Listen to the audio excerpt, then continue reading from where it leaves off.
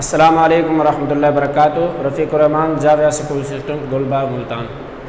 آج ہم جو ہے نا 2 آیات پڑھیں گے، آیت نمبر 11 اور آیت نمبر 12۔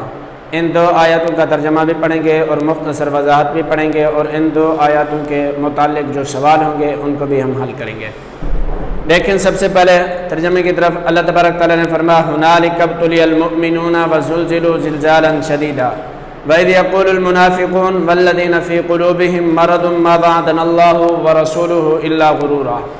اللہ تبارک تعالیٰ نے فرمایا ہنالک سے مراد وہاں پر، وہاں سے مراد ہے وہاں غزوہ احزاب میں، یعنی غزوہ خندق کے اندر۔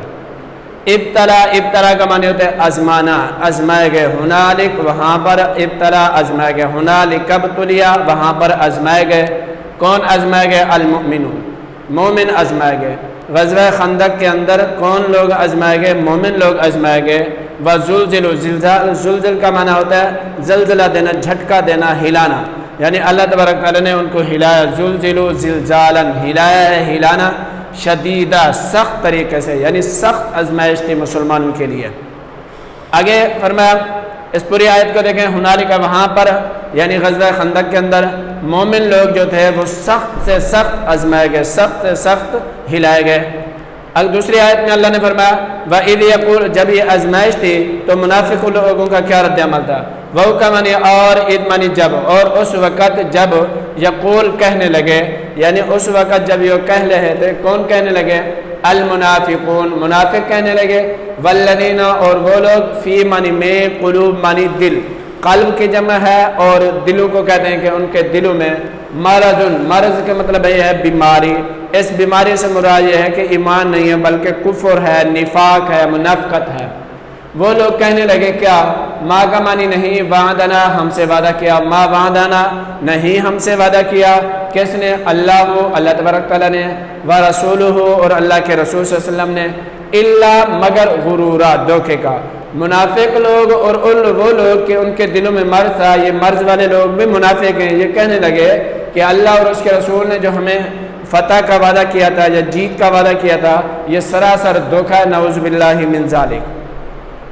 ان 2 آیاتوں کی مختصر وضاحت یہ ہے کہ غزوہ خندق کے اندر مسلمان جب پہنچے تھے تو اچانک کفار کے تمام لشکر، کفار اور یہود کے جتنی بھی قبائل تھے، سارے کے ساروں نے اچانک مدینہ پر حملہ آور ہوئے اور مدینہ کو اپنے چاروں اطراف سے، مدینہ کے چاروں اطراف سے مسلمانوں کو گھیر لیا۔ جب یہ گھیر لیا تو مسلمان ڈر اور خوف کی وجہ سے ذرا پریشان ہو رہے تھے۔ در حقیقت یہ ڈر اور خوف اللہ رب العزت کی طرف سے یہ آزمائش تھی۔ جب منافق لوگوں نے اس کو، آزمائش کو اور اس امتحان کو دیکھا تو فوراً کہہ اٹھے جو ان کے دلوں میں تھا، در حقیقت ان کے دل میں تو کفر تھا، وہ یہ کہہ اٹھے کہ اللہ اور اس کے رسول نے جو ہم سے وعدہ کیا تھا یہ جھوٹا وعدہ تھا، یہ سراسر دھوکے کا وعدہ ہے، نعوذ باللہ من ذالک۔ حالانکہ اللہ کی طرف سے یہ دھوکہ نہیں تھا بلکہ اللہ رب العزت کی طرف سے مختصر ان کے لیے امتحان تھا، جس کو بعد میں اللہ تبارک تعالیٰ نے اپنی مدد کے ذریعے اس امتحان کو دور فرما کے انعام عطا فرمایا۔ اب سوال نمبر یہ ہے، سوال نمبر 1 کہ غزوہ احزاب میں اللہ تعالیٰ نے کن لوگوں کو آزمایا؟ سوال، غزوہ احزاب میں اللہ تبارک تعالیٰ نے کن لوگوں کو آزمایا؟